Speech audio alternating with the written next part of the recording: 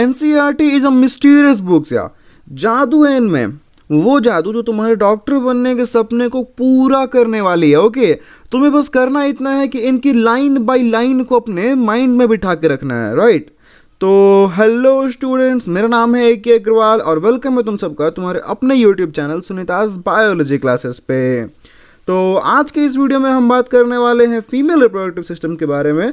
और मैं बता दूं आप लोगों को कि हमारी ह्यूमन रिप्रोडक्शन चैप्टर की पूरी सीरीज चल रही है NCERT से। तो जिन्होंने नहीं देखी है, लिंक डिस्क्रिप्शन में पड़ा हुआ है, जाओ और जा करके देखो। तो उम्मीद करता हूं कि तुमने अब तक चैनल को सब्सक्राइब कर दिया होगा, और नहीं किया तो क्या कर रहे हो यार, थोड़ा सा सपोर्ट दिखाओ। और अब चलते हैं सीधे अपने टॉपिक पे। Female reproductive system. एक्चुअली ये बहुत ही बड़ा टॉपिक है। ओके, तो हमने क्या करा कि अपने कन्वीनियंस के हिसाब से इस पूरे सिस्टम को 4 भागों में बांट लिया। तो चलो देखते हैं।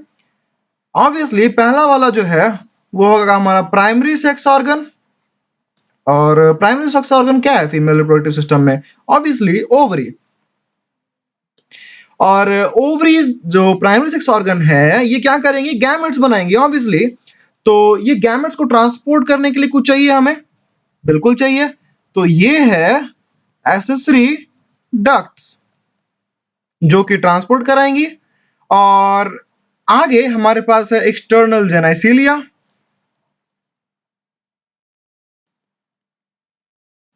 और फिर आता है कुछ स्पेशल, एक्सेसरी जेनाइटल ग्लैंड्स। तो हमें बारी बारी इन सभी के बारे में पढ़ना है और देखना है कि ये कैसे एक साथ मिल करके कंप्लीट फीमेल रिप्रोडक्टिव सिस्टम की तरह एक्ट करती हैं और कैसे फंक्शनिंग करती हैं। हालांकि यहाँ एक्सेसरी डक्ट का थोड़ा ब्रॉड क्लासिफिकेशन है, मैं बता देता हूं आप लोगों को। पहले जो है हम स्टार्ट करने वाले हैं ओवरी के सबसे नजदीक से, जो कि है ओविडक्ट। इनका एक और नाम है फैलोपियन ट्यूब। और नेक्स्ट जो है फैलोपियन ट्यूब के बाद यूट्रस, और यूट्रस के बाद डक्ट आगे कंटिन्यू होती है सर्विक्स के पास, और सर्विक्स के पास फिर ultimately it's lead to vagina. अब ओविडक्ट का भी थोड़ा सा यहाँ पे अच्छा खासा क्लासिफिकेशन है। तो देखिए, पहला वाला जो है वो है हमारा इनफंडिबुलम।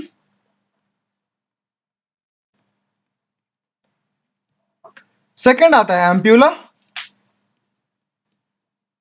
और फिर लास्ट अल्टीमेटली है हमारे पास इस्थमस। तो इनफंडिबुलम जो है ये ओवम के, तो इनफंडिबुलम जो है वो ओवरी के सबसे नजदीक रहता है, राइट। और इस्थमस वो पोर्शन है जो कि यूट्रस में जाके जुड़ जाएगा, और फिर यूट्रस से सर्विक्स, और फिर सर्विक्स से वेजाइना, और फिर एक्सटर्नल जेनाइसिलिया के बाद से फिर बाहर।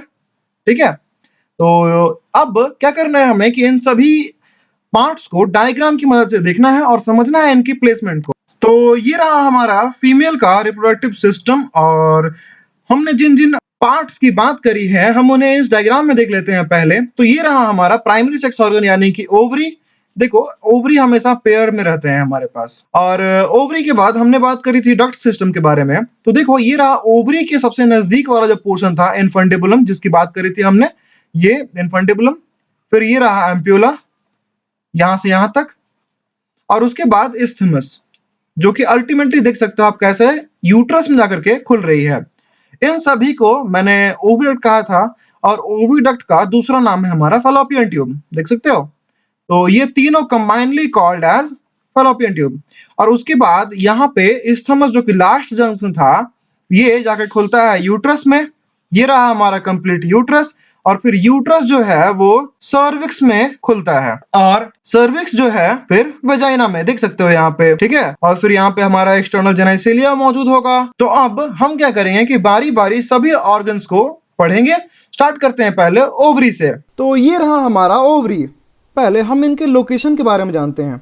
एक्चुअली ओवरीज जो हैं वो किडनी के बहुत पास होती हैं, और ये lower abdominal cavity, let me right it, okay, ये लोअर एब्डोमिनल कैविटी में प्रेजेंट होती हैं, और ये यूट्रस से ओवेरियन लिगामेंट से कनेक्टेड होती हैं, और सेम यही लिगामेंट से ये पेल्विक वॉल से भी कनेक्टेड होती हैं, राइट। तो हमने जाना इनके लोकेशन के बारे में, और मैं आपको बताता हूँ इनके कुछ फंक्शंस के बारे में। तो ऑब्वियसली ये प्राइमरी सेक्स ऑर्गन है, तो इनका सबसे मेजर फंक्शन है कि ये गैमेट्स बनाएंगे। गैमेट्स कौन से? ओवम, जो कि हैं फीमेल गैमेट्स। और शायद तुम्हें पता होगा कि ओवम जो है वो ह्यूमन बॉडी का सबसे बड़ा सेल है, ओके। मतलब आप समझ सकते हो, रिप्रोडक्शन प्रोसेस में एक सबसे छोटा सेल और एक सबसे बड़ा सेल, ये दोनों मिलते हैं। वाह, मैं बात कर रहा हूँ स्पर्म की, वो हमारे बॉडी में सबसे छोटा सेल होता है, और ओवम जो है वो सबसे बड़ा सेल होता है। एक्चुअली ओवम इतना बड़ा होता है कि कभी कभी आप इसको नेकेड आई से भी देख सकते हो, ठीक है। इसका साइज अप्रॉक्स 120 mm होता है। अब ओवरीज के कुछ और फंक्शंस भी हैं। क्या? ये कुछ ओवेरियन हार्मोन्स रिलीज करती हैं, और वो कौन कौन से हार्मोन्स हैं? वो हैं सबसे पहला तो एस्ट्रोजन और प्रोजेस्टेरॉन। ये दोनों जो हार्मोन्स हैं, इनका एक बहुत ही मेजर रोल होता है secondary female sex character develop करने में, और पीरियड यानी कि मेंस्ट्रुअल साइकिल में भी हेल्प करती हैं। ओवरीज का जो साइज होता है वो लेंथ 2 से 4 सेंटीमीटर होता है। अब बात किया जाए कुछ ओवरी के स्ट्रक्चर्स के बारे में, तो मैं पहले आपको डायग्राम दूसरी दिखाना चाहूँगा ताकि आपको एक अलग लेवल का इमेजिनेशन मिल पाए। तो कैसा लगा ये डायग्राम? दे रही है ना ये क्लैरिटी अच्छे से? देखो, ओवरी जो है ये जर्मिनल एपिथेलियम से कवर्ड होती है, ऐसे ऐसे ये कवर्ड होती है जर्मिनल एपिथेलियम से, राइट। और ये ओवेरियन स्ट्रोमा को कंप्लीटली पैक करके रखती हैं, ठीक है। तो ये जो ओवेरियन स्ट्रोमा है, यानी कि इसके अंदर का पोर्शन जो है, ये 2 भाग में बांटा हुआ है। पहला जो आउटर वाला पोर्शन है उन्हें हम कॉर्टेक्स कहते हैं, यानी कि ये देख रहे हो ये जो डीप येलो कलर्ड स्ट्रक्चर है, ठीक है, ये कॉर्टेक्स रीजन हो गया, ओके। और जो अंदर का रीजन है ये लाइट येलो या जो भी कलर कह लो तुम, ठीक है, ये जो स्ट्रक्चर हो गया ये हमारा मेड्यूलर रीजन, ठीक है। अब यहीं पे देख सकते हो एक और कि मेसोवेरियम एंड ब्लड सेल्स, यहाँ पे ओवरी जो है वो मेसोवेरियम से भी कनेक्टेड होती हैं, और इन्हीं के थ्रू ब्लड वेसल्स आते हैं ओवरीज में। अब इतनी ही बातें करनी थी हमें यहाँ पे ओवरी के बारे में।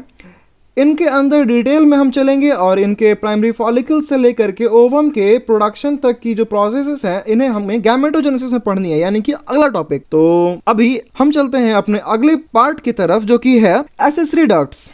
तो एसेसरी डक्ट्स, हमने थोड़ी देर पहले ही एसेसरी डक्ट्स को 4 भागों में बांट लिया था। ओविडक्ट्स यानी कि फैलोपियन ट्यूब, यूट्रस, और फिर सर्विक्स, और लास्टली वेजाइना। तो अभी हम क्या करने वाले हैं, इन सभी को थोड़ा डिटेल में पढ़ने वाले हैं। स्टार्ट करेंगे पहले फैलोपियन ट्यूब से। तो मैंने बताया था कि फैलोपियन ट्यूब को हम 3 भागों में बांट लेते हैं, इनफंडिबुलम, एम्प्यूला और इस्थमस। तो चलिए स्टार्ट करते हैं इनफंडिबुलम से।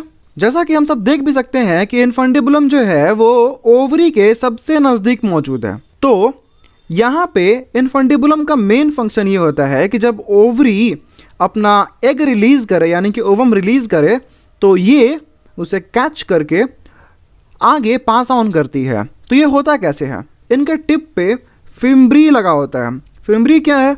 तो ये फिंगर लाइक प्रोजेक्शंस होते हैं, ऐसा ऐसा, जो ओव्यूलेशन के बाद यानी कि ओवम के रिलीज होने के बाद ओवम को कैच करने में हेल्पफुल होती है। और इसके बाद इनफंडिबुलम कंटिन्यू होता है एम्प्यूला में। एम्प्यूला पूरे ओविडक्ट का यानी कि फैलोपियन ट्यूब का सबसे वाइडर पार्ट है। मैं लिख दे रहा हूँ यहाँ पे, वाइडर पार्ट होता है, और यही वो साइट है जहाँ पे फर्टिलाइजेशन होती है। यानी कि जब ओवम यहाँ से रिलीज हो जाता है तो उसके बाद ये ट्रैवल करके एम्प्यूला के पास आता है, और फिर यहीं पे स्पर्म के साथ मेट करके फर्टिलाइजेशन होता है। और फिर एम्प्यूला के बाद आता है हमारा नेक्स्ट जंक्शन जो कि है इस्थमस, ये रहा। और देख सकते हो फिगर में ही ये पूरे ओविडक्ट का सबसे नैरोअर पार्ट है, यानी सबसे पतला। और इस्थमस जो है अल्टीमेटली जाकर के यूट्रस में खुल जाता है। तो कंबाइनली ये यहाँ से लेकर के यानी कि इस्थमस से लेकर के फिम्बरी तक ये कंप्लीट फैलोपियन ट्यूब का लेंथ जो है वो 10 से 12 सेंटीमीटर होता है। ओके, अच्छा, इन सभी फैलोपियन ट्यूब्स के कुछ खास फीचर्स हैं। पहला, ये सभी सिलिएटेड होते हैं। सिलिएटेड मतलब हाँ भाई, इनके ट्यूब में सीलिया मौजूद होता है, यानी कि इनके पास फाइन हेयर लाइक स्ट्रक्चर मौजूद होते हैं जो कि ट्रांसपोर्टेशन में काम करते हैं। ठीक है, और सिलिएटेड के बाद ये ट्यूबुलर होते हैं ऑब्वियसली, और मस्कुलर होते हैं। खैर ये सब तो सभी आम बातें हैं। अब हम बात करने वाले हैं यूट्रस की। मैं पेन चेंज कर लेता हूँ। तो यूट्रस जो है हम आराम से देख सकते हैं कि इनका 3 पार्ट होता है। पहला, ये वाला रीजन यानी कि हेड रीजन, जिसे हम फंडस ऑफ यूट्रस कह सकते हैं। और यूट्रस जो है वो ब्लैडर यानी कि यूरिनरी ब्लैडर प्लस रेक्टम के बीच में होता है।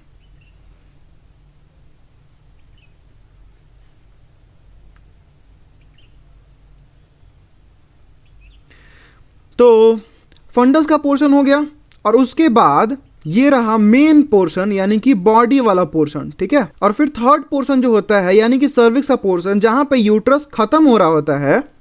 ठीक है, अच्छा, एनसीईआरटी में एक बात लिखी हुई है कि यूट्रस जो है वो इन्वर्टेड पियर की जैसा दिखता है। अभी यूट्रस के बारे में जो मेन चीजें हमें बात करनी है वो है इनके लेयर्स, यानी कि एंडोमेट्रियम, मायोमेट्रियम और पेरीमेट्रियम। पहले मैं डायग्राम को थोड़ा जूम कर लेता हूं ताकि आपको एक बेहतर विजिबिलिटी मिल सके। तो अब आपको एक बेहतर विजिबिलिटी मिल रही होगी। खैर, यूट्रस का जो वॉल होता है यानी कि ये से ये 3 पार्ट में डिवाइडेड होता है, पेरीमेट्रियम, मायोमेट्रियम, एंडोमेट्रियम। तो देख सकते हो आउटर जो सरफेस है वो है हमारा पेरीमेट्रियम, और ये बना होता है पेरिटोनियल लेयर से। फिर मिडिल पोर्शन जो है यानी कि मायोमेट्रियम, ये देख सकते हो ये एक बड़ा ही चौड़ा थिक स्ट्रक्चर है। ठीक है, तो ये स्मूथ मसल से बना होता है, मैं लिख देना चाहता हूं। और सबसे एंड में जो आता है हमारा एंडोमेट्रियम। एंडोमेट्रियम जो है वो हाईली वैस्कुलर होता है, हाईली वैस्कुलर और ग्लैंडुलर भी है, बट ये अनस्टेबल होता है। आप जानते होंगे कि फीमेल्स में मेंस्ट्रुअल साइकिल चलता है, राइट। इस समय होता क्या है कि एंडोमेट्रियम जो है डैमेज होकर के बाहर आ जाता है। अच्छा, यूट्रस का जो बॉडी वाला पोर्शन है यानी कि ये मिडिल वाला पोर्शन जो है इसे हम वोम भी कहते हैं, यानी कि ये वही जगह है जहां पे फीटल डेवलपमेंट होगा। और यूट्रस के कुछ और फंक्शंस भी हैं, जैसे कि प्लेसेंटल फॉर्मेशन, पार्चुरेशन के टाइम पे उसको फीटस को एक्सपल्सन करने में हेल्प करना, वगैरह वगैरह। तो इतनी ही बातें करनी थी हमें यूट्रस के बारे में। और अब हम चलते हैं अपने अगले एक्सेसरी डक्ट यानी कि सर्विक्स की तरफ। तो इसके लिए हमें डायग्राम को दोबारा से जूम करना पड़ेगा। तो ये है हमारा सर्विक्स का रीजन, राइट। देख सकते हो जब यूट्रस खत्म हो रहा होता है तो ये नैरो हो जाने लगता है, ये देख लो।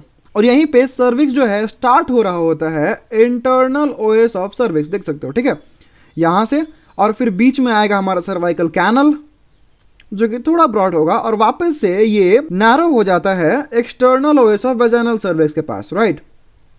तो ये है हमारा सर्विक्स। अच्छा, cervix is made up of most powerful sphincter muscle in the body. When this cervical canal joins with vaginal canal, they forms birth canal. और अब हम चलते हैं अपने अगले पार्ट की तरफ जो कि है एक्सटर्नल जेनाइसिलिया। तो एक्सटर्नल जेनाइसिलिया,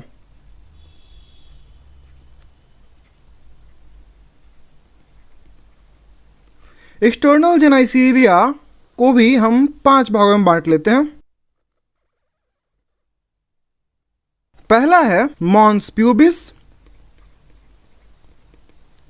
अगला है हमारा लैबिया मेजोरा, इसके बाद लैबिया माइनोरा, फिर हाइमन, वैजिना और फिर क्लिटोरिस। अच्छा, एक बात, इन सभी को कंबाइनली वल्बा कहते हैं, VULVA, राइट। तो चलो अब इन सभी को हम डायग्राम की मदद से देख लेते हैं ताकि आपको एक बेहतर क्लैरिटी मिले। तो ये देख सकते हो आप मॉन्स प्यूबिस, ये रहा मॉन्स प्यूबिस का एरिया। तो मॉन्स प्यूबिस क्या है कि ये फैटी टिश्यू का एक कुशन होता है जो कि स्किन और प्यूबिक हेयर के द्वारा कवर्ड रहता है। आप देख सकते हो ये हेयर्स। और अब नेक्स्ट चलते हैं लैबिया मेजोरा की तरफ। देख लीजिए लैबिया मेजोरा क्या है कि ये फोल्ड्स ऑफ स्किन है, देख रहे हो, जो कि वैजिना को सराउंड करते हैं। और उसके बाद आता है हमारा लैबिया माइनोरा, ये अंदर वाला देखो, ये स्ट्रक्चर, ये टिश्यू के 2 फोल्ड्स हैं जो कि लैबिया मेजोरा के अंदर होते हैं और ये भी वैजिना को सराउंड कर रहे होते हैं। और उसके ऊपर ये पोर्शन देख सकते हो, ये है क्लिटोरिस। क्लिटोरिस के बाद अंदर वाले जो पोर्शन है इसे हम बोलते हैं वेस्टिबुले। और यहाँ पे 2 ओपनिंग्स हैं, एक हो गया हमारा यूरेथ्रल ओपनिंग और एक हो गया वैजिनल ओपनिंग। यूरेथ्रल ओपनिंग जो है वो जा करके यूरिनरी ब्लैडर से जा करके लिंक हो जाएगी और वेजिना जो है वो आगे कंटिन्यू हो जाएगी हमारे फीमेल रिप्रोडक्टिव सिस्टम में, ज्वाइन करेगी जा करके सर्विक्स के पास। अच्छा, वेजिना जो होता है इसका लेंथ होता है 8.5 सेंटीमीटर। इनके पास रुगे होता है और रफ सरफेस। और यही वेजिनल का जो ओपनिंग है यहाँ पे एक ऐसा ब्लड का लेयर रहता है कवर्ड, जिसे हम हाइमन बोलते हैं। एक्चुअली ये पार्शियली कवर्ड होता है, मैंने इसे कंप्लीट कवर कर दिया। वैसे तो हाइमन जो कि एक ब्लड का पतला सा लेयर होता है वो फर्स्ट टाइम इंटरकोर्स के समय डैमेज होता है, बट ये ज़रूरी नहीं है एक्चुअली। हमारे यहाँ क्या हुआ कि बहुत सारे लोगों ने एक मिसकंसेप्शन पाल लिया कि जिन फीमेल का हाइमन ब्रोकन है उसका मतलब कि वो पहले से ही सेक्सुअली एक्टिव थी। तो इस वजह से बहुत सारे प्रॉब्लम आने लगी हमारे सोसाइटीज़ में, लोग डिफ्रेंशिएट करने लग गए और डिस्क्रिमिनेट करने लग गए। तो इसीलिए एनसीईआरटी ने एक लंबा चौड़ा 5 लाइन का एक्सप्लेनेशन लिखा हुआ है कि नहीं, ऐसा बिल्कुल नहीं है कि अगर किसी फीमेल बॉडी में हाइमन नहीं है तो वो ज़रूरी है कि वो सेक्सुअल इंटरकोर्स के टाइम पे ही डैमेज हुआ हो। तो इन दोनों बातों का कहीं से कोई भी लिंक नहीं है। अब ये जो वेस्टिबुले का जो रीज़न था, यहाँ पे कुछ ग्लैंड्स होती हैं जैसे बार्थोलिन ग्लैंड, जो कि बहुत इंपॉर्टेंट है। देख रहे हो ये जो वैजिनल ओपनिंग है इसके बोथ साइड्स में होती हैं बार्थोलिन ग्लैंड्स।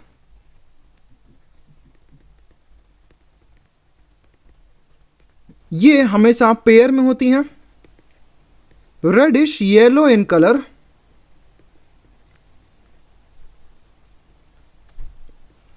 और इनका सिक्रेशन अल्कलाइन इन नेचर का होता है। अल्कलाइन सिक्रेशन ये ल्यूब्रिकेटिंग का काम करती है। किसका ल्यूब्रिकेशन? ऑब्वियसली वैजाइना का। और फिर ये यूरिन का एसिडिटी को न्यूट्रलाइज कर देती है।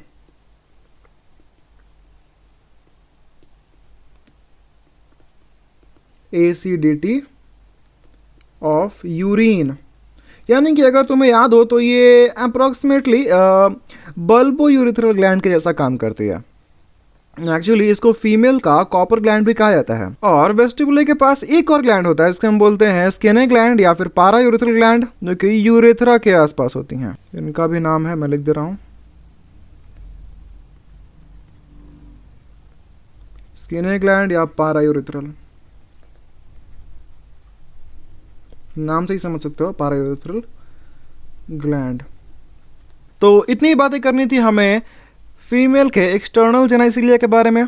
तो अब आगे बढ़ते हुए हम चलते हैं हमारे एक्सेसरी जेनाइटल ग्लैंड की तरफ। एक्सेसरी जेनाइटल ग्लैंड, तो एक्सेसरी ग्लैंड्स और कोई नहीं बल्कि मैमरी ग्लैंड्स ही हैं।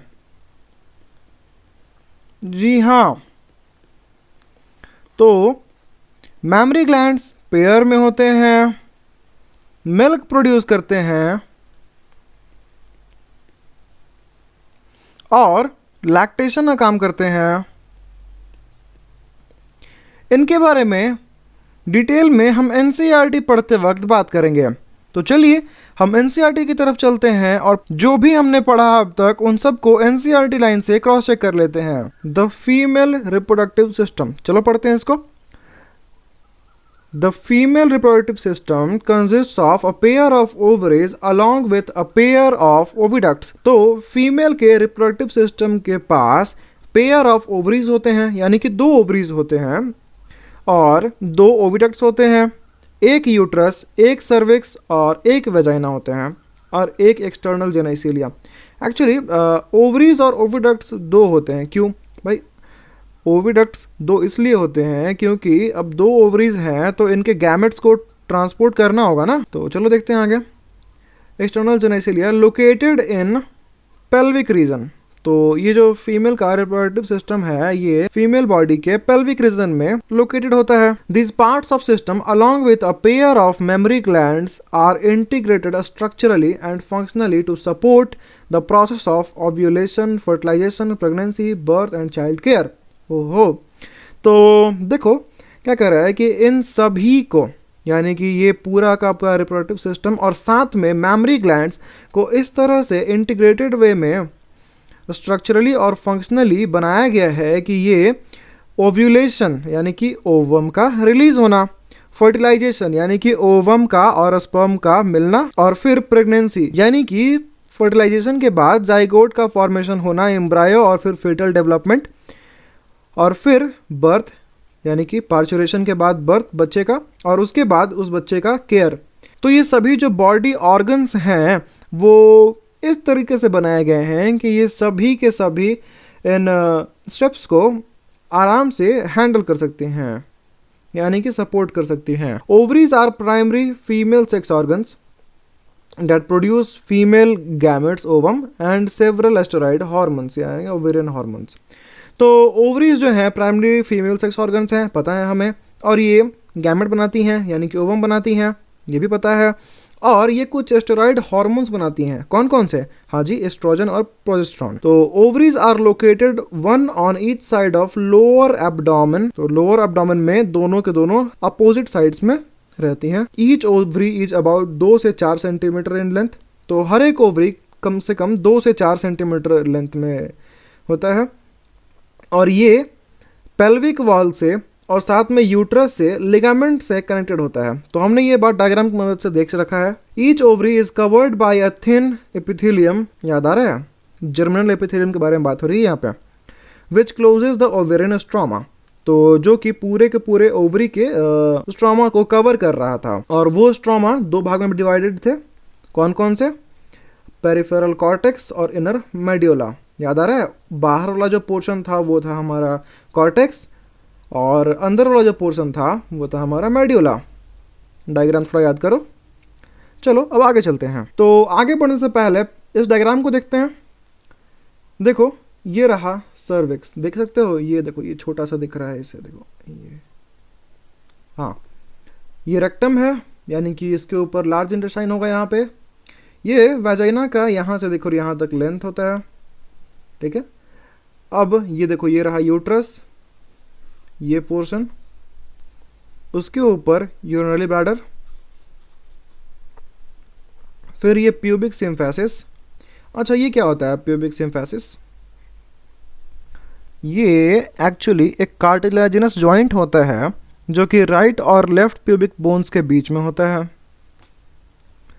और ये रहा यूरेथ्रा, ऑब्वियसली ये यूरिनरी ब्लैडर है तो इससे नीचे आएगा यूरेथ्रा। क्लिटोरिस, देखो ये पोर्शन, लैबिया माइनरा, अंदर वाला ये फोल्ड टिश्यू वाला, और फिर देखो ये रहा लैबिया मेजोरा, यानी कि ये स्किन का फोल्ड, लिप लाइक स्ट्रक्चर। और ये रहा वैजिनल ऑरिफिस यानी कि वैजिना का खुलना, ये देखो ये रहा सीधा। तो ये था डायग्राम। अब आगे बढ़ते हैं। अब ओवरीज के बाद हमें बात करनी है डक्ट सिस्टम के बारे में। तो द ओविडक्ट्स यानी कि fallopian tubes, uterus and vagina constitute the female accessory ducts. तो ये सभी मिल करके फीमेल का एक्सेसरी डक्ट्स बनाते हैं। Each fallopian tube is about 10 से 12 centimetre long and extends from the periphery of each ovary to the uterus. तो हर फैलोपियन ट्यूब जो है उसका लेंथ तकरीबन 10 से 12 सेंटीमीटर लंबा होता है और ये ओवरी के पास से, देख सकते हो, ओवरी के पास से होते हुए यूट्रस तक जाती है। इन सभी चीज़ों को देख रखा है हमने। The part closer to the ovary is the funnel shaped infundibulum. तो देख सकते हो ओवरी के सबसे नज़दीक वाला जो पोर्शन है वो इन्फंडिबुलम है। इसके बाद एम्प्यूला होता है, इस्थमस होता है, वही सब पुरानी बातें। The edges of the infundibulum possesses finger like projection called fimbriae. तो ओवरी के पास फिम्ब्री होता है, फिंगर लाइक प्रोजेक्शंस वाला, which helps in collection of ovum after ovulation. तो ओव्यूलेशन के बाद यानी कि ओवम का निकलने के बाद ये ओवम को कलेक्ट कर लेता है। The infundibulum leads to a wider ampulla. तो इन्फंडिबुलम जो है वो फिर एम्प्यूला में खुलेगा, देख सकते हो सीधा पैसेज है। चलो अब आगे देखते हैं। Wider part of the oviduct called ampulla, वही बातें भाई। तो एम्प्यूला वाइडेस्ट होता है, हमें पूरा पता है कि ओविडक्ट का सबसे वाइडेस्ट पोर्शन है एम्प्यूला। और the last part of the oviduct isthmus has a narrow lumen and it joins the uterus. तो इस्थमस जो है वो सबसे नैरो पार्ट होता है और ये जॉइन करता है uterus. The uterus is single and it is also called womb. तो यूट्रस जो है वो सिंगल है और इसे हम वोम्ब भी बोलते हैं, यानी कि वो गर्भ जिसमें बच्चे का डेवलपमेंट हो रहा होता है। The shape of the uterus is like an inverted pear, याद करो मैंने बता रखा था। तो it is supported by ligaments attach to the pelvic wall. तो देखो यूट्रस जो है इसे कल दिन क्या करना है, फीटस को डेवलप करना है।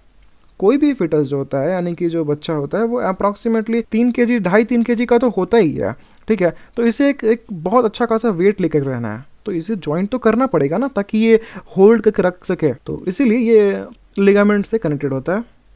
The uterus opens into vagina through a narrow cervix. तो यूट्रस जो है जब नीचे की ओर आता है तो ये एक बहुत ही पतला नैरो सर्विक्स से जुड़ा हुआ होता है। The cavity of cervix is called cervical canal. तो सर्विक्स का कैविटी जो है यानी कि एक पोर्शन आता है, आपको याद होगा, जहाँ पे ये ऐसा स्ट्रक्चर बनाता है, तो ये वाला जगह को हम बोलते हैं cervical canal, which along with vagina forms the birth canal. जब ये नीचे की ओर आता है, देखो ये याद आ रहा है ये पोर्शन, ये नीचे यहाँ पर आपका वेजाइना रीजन होगा, तो cervical canal plus vaginal canal मिलके बनता है बर्थ कैनल। हमने देख रखा है इन बातों को भी। The wall of uterus has 3 layers of tissue. Uterus के जो वॉल्स हैं उनके पास वो 3 लेयर के होते हैं। The external thin membranes perimetrium, सबसे बाहर वाला जो होता है वो पतला सा मेम्ब्रेनस पेरीमेट्रियम होता है। मिडिल वाला जो होता है वो सबसे थिक होता है और ये स्मूथ मसल का बना हुआ होता है, पता है हमें। मायोमेट्रियम इसका मिडिल वाले का नाम है एक्चुअली, मायोमेट्रियम। और inner glandular layer called endometrium that lines the uterine cavity. तो जो अंदर की तरफ से होता है वो होता है एंडोमेट्रियम और ये यूट्रस के कैविटी को अंदर की ओर से लाइन कर रहा होता है। The endometrium undergoes cyclical changes during menstrual cycle within the myometrium exhibits a strong contraction during the delivery of the baby। तो देखो यहाँ पे 2 लेयर का काम देकर रखा हुआ है, ठीक है, कि एंडोमेट्रियम जो होता है वो मेंस्ट्रुअल साइकिल फॉलो करते हुए हर मंथ में डैमेज होकर के बाहर आ जाता है, और वहीं मायोमेट्रियम क्या करता है कि एक बहुत स्ट्रॉन्ग कॉन्ट्रैक्शन कराता है जब बेबी का डिलीवरी होना होता है। अब the female external genitalia includes mons pubis, labia majora, labia minora, hymen and clitoris. तो देखो अब हमने यूट्रस की बातें कर ली और हम एंटर कर चुके हैं अब एक्सटर्नल जेनाइसिलिया में। तो mons pubis is a cushion of fatty tissue covered by skin and pubic hair. तो मॉन्स प्यूबिस क्या है कि एक अपर कवरिंग है एक फैटी टिश्यू का जो कि हेयर भी कनेक्ट करती हैं। The labia majora are fleshy folds of tissue which extends down from mons pubis and surround the vaginal opening.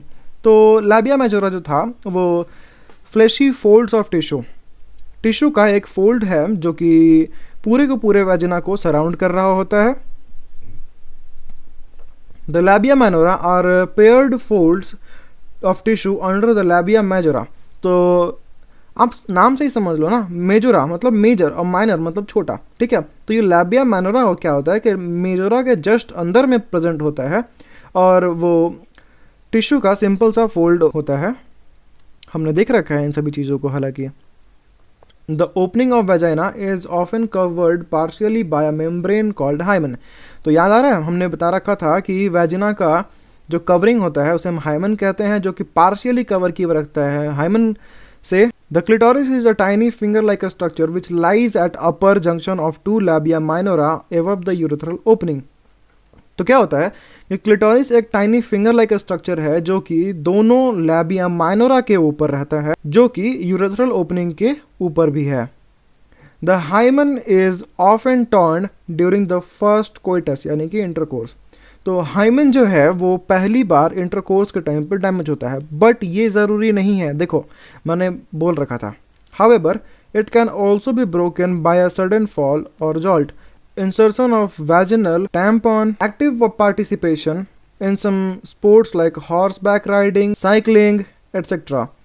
In some women, the hymen persists even after coitus.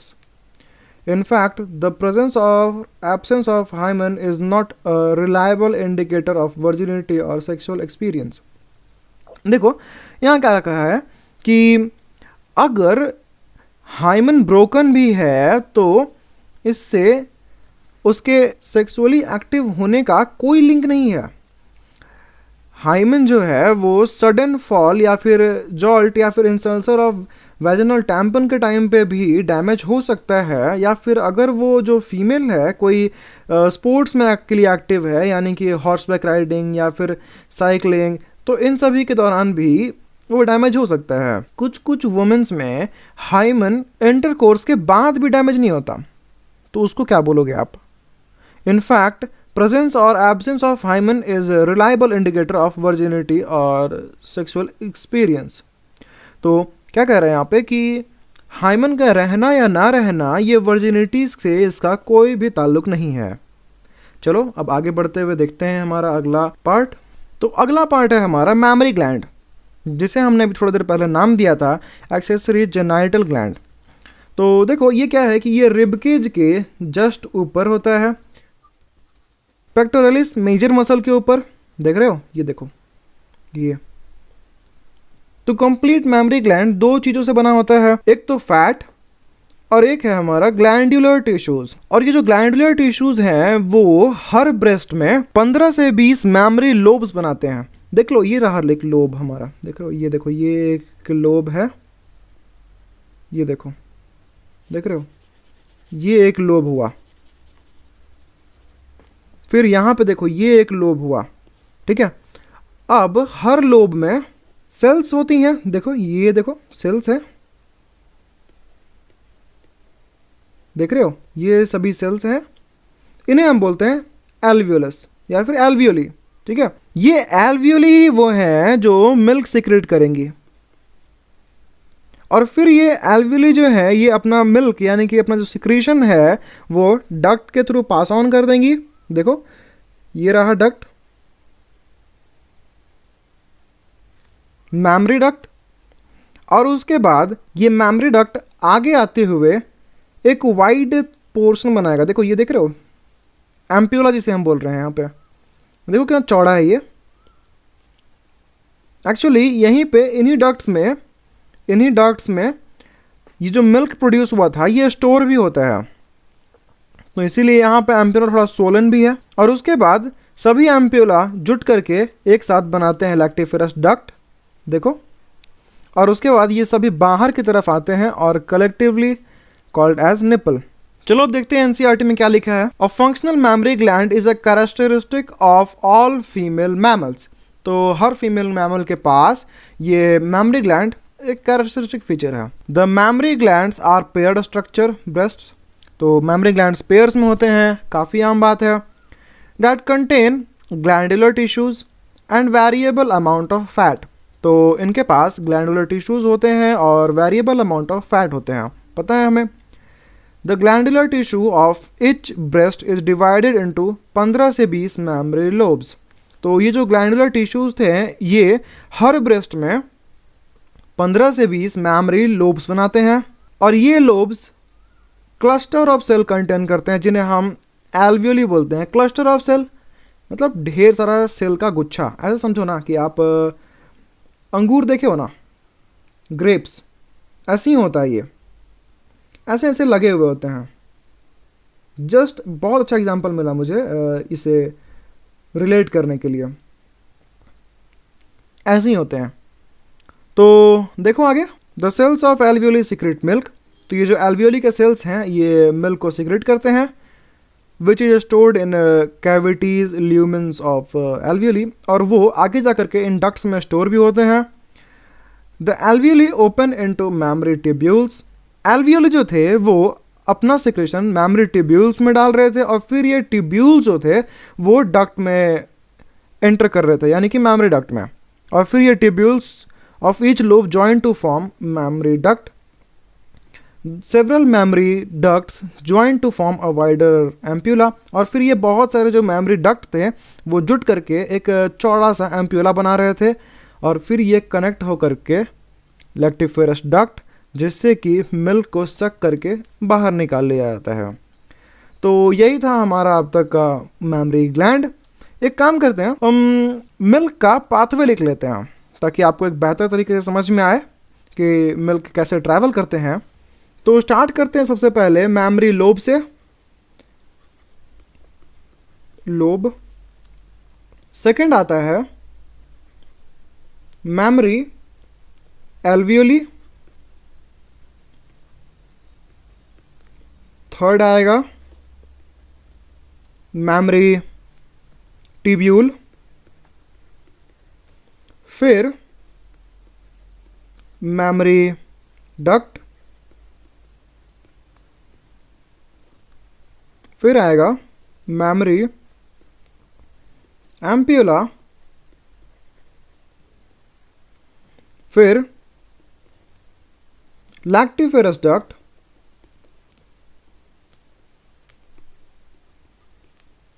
और फिर nipple.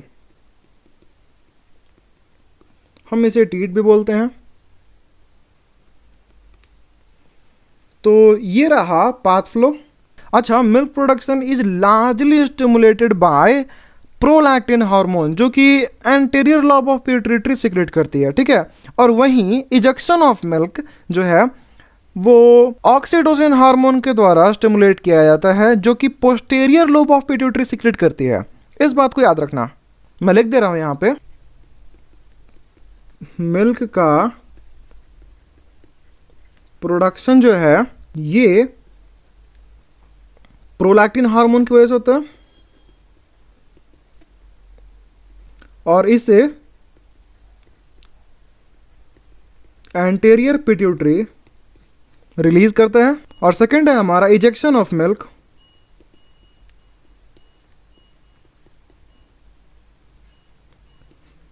इसे oxytocin hormone stimulate करता है, और ये posterior lobe से lobe of pituitary से secret होता है। तो इन बातों को आपको ध्यान में रखना है। तो आज के लिए बस इतना ही, मिलते हैं अगले वीडियो में और कंप्लीट करेंगे गैमेटोजेनेसिस। उम्मीद करता हूँ आपको मेरा पढ़ाया हुआ समझ में आया होगा, और अगर ऐसा है तो चैनल को सब्सक्राइब करना, वीडियो को लाइक करना और शेयर करना मत भूलना यार। तो चलो मिलते हैं अगले वीडियो में, तब तक के लिए बाय।